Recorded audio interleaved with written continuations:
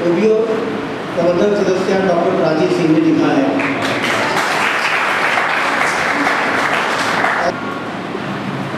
जिन रातों को हमने संजो के रखा था आज सामने है।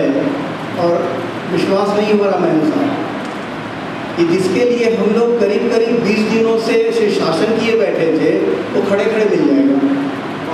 और ये आज का दिन हमारे बीच में है। मैं आग्रह करता हूँ श्री अविनाश कुनियाल जी से अपनी कविता से हम सभी को लाभान्वित करें और आप मुखर अनुमोदन करते हुए नीचे के विचार को सलाम करते हुए और इसके सभी प्रबंधक सदस्यों को हार्दिक धन्यवाद देते हुए उनका शुक्रिया अदा करते हुए उन्होंने अंतर्जाल पर नए लेखकों या अन्य साहित्यकारों को एक ऐसा मंच उपलब्ध करवाया कि जहाँ पर वो घर बैठे अपनी रचना प्रकाशित कर सकते हैं और प्रकाशन के साथ साथ उस पर टिप्पणियाँ, उस पर सलाह भी हासिल कर सकते हैं घर बैठे। हालांकि ये इसको मैं कुछ हद तक खतरनाक भी मानता हूँ कि अगर लेखक को ही प्रकाशन का अधिकार भी दे दिया जाए तो कुछ खतरनाक स्थितियाँ भी बन सकती हैं, क्योंकि लेखन और प्रकाशन के बीच की जो दो कड़ियाँ हैं उसको पढ़ना और उसको तोड़ना, तो वो कुछ कहीं जो है गायब हो जाती हैं। लेकिन यहाँ पर क्योंकि अभी मैं बात कर रहा था वीनस केसरी जी जैसे गुरु मौजूद हैं, प्रधान संपादक की हैं, प्रधान संपादक की हैं और प्रबंधन इसी पर आंखें रखता है कि कोई इसका अनुचित लाभ न ले सके। और हम कविता में बात करें, कविता की बात करें जो है वो सामने है और हम सभी का स्वागत ही करते हैं। सीखने वाले सीखते हैं, नहीं सीखने वाले आगे बढ़ते हैं। वही मैं कह रहा था, यहाँ पर वीनस केसरी जी जैसे योग्य गुरु हैं तो मैं तो उनका एक शागिर्द भी हूँ, तो मुझे अब कोई शक नहीं है कि यहाँ जो कुछ होगा वो बहुत अच्छा होगा और लोगों के लिए बहुत प्रेरणाप्रद होगा, लोग बहुत आगे इससे बढ़ेंगे। तो इसके साथ ही अब मैं दो कविताएँ, हालांकि मैं कुछ गज़लें भी पहले लिखता रहा हूँ, लेकिन अभी मैं यहाँ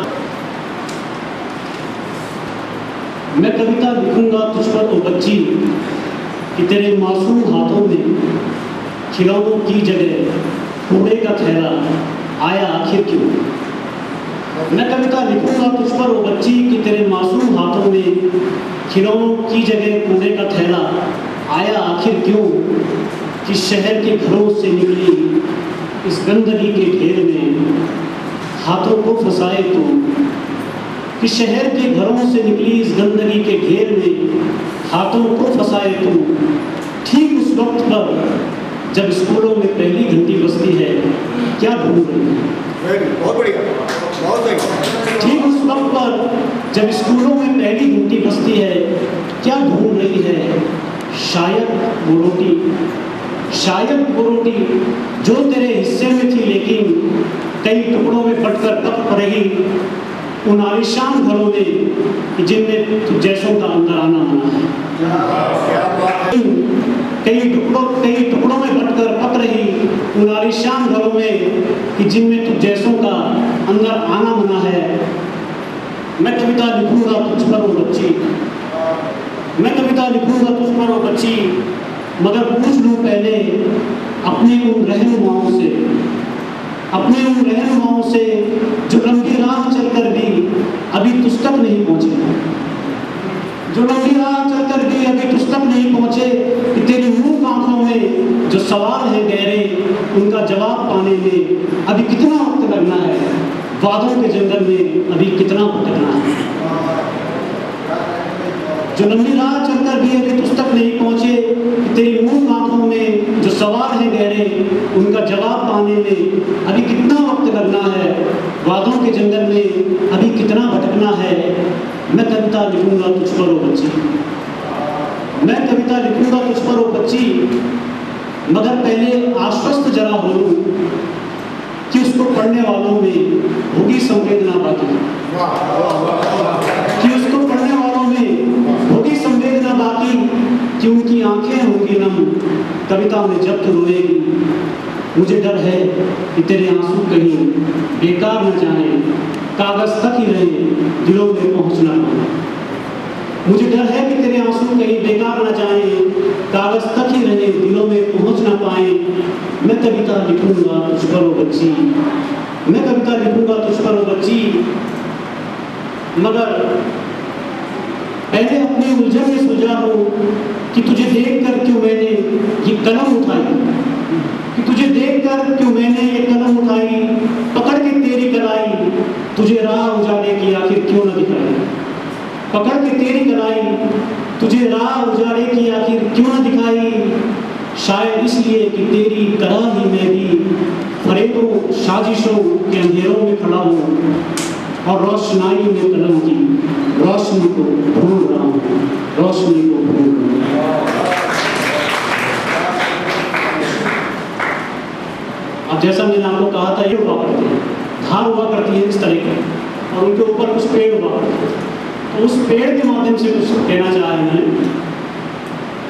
इस कविता का शीर्षक दिया है धार का पेड़। अलग अलग और विपरीत छोर एक साथ। धार का पेड़ अपनी ऊंचाइयों से देख सकता है दो अलग अलग और विपरीत छोर एक साथ। उसकी नजरों के दायरे होते हैं बहुत विस्तृत, उसकी नजरों के दायरे होते हैं बहुत विस्तृत, जिनके भीतर चलता रहता है धूप और छाया का खेल निरंतर। क्या बात है। जिनके भीतर चलता रहता है धूप और छाया का खेल निरंतर। अपनी शाखाओं पर कई घोंसलों को सहेजे, अपनी शाखाओं पर कई घोंसलों को सहेजे, तेज हवाओं में भी अडिग रहना इन्हें खूब आता है। तेज हवाओं में भी अडिग रहना इन्हें खूब आता है। धार का पेड़ ऊपर से नीचे और नीचे से ऊपर जाती पगडंडियों को, धार का पेड़ ऊपर से नीचे और नीचे से जाती पगडंडियों को बनते, बिगड़ते या मिटते देख सकता है। उसने अक्सर देखा है इन पर लोगों को फिसलते हुए, उसने अक्सर देखा है लोगों को इन पर फिसलते हुए। बारिशें भिगोती हैं उसे अक्सर, बारिशें भिगोती हैं उसे अक्सर, लेकिन कभी भी उसके आसपास ठहरता नहीं पानी। बारिशें भिगोती हैं उसे अक्सर कि उसकी जड़ें डूबी होती हैं गहराई में जमीन की गहरे पानी में। हालांकि उसकी जड़ें डूबी होती हैं गहराई में जमीन की गहरे पानी में।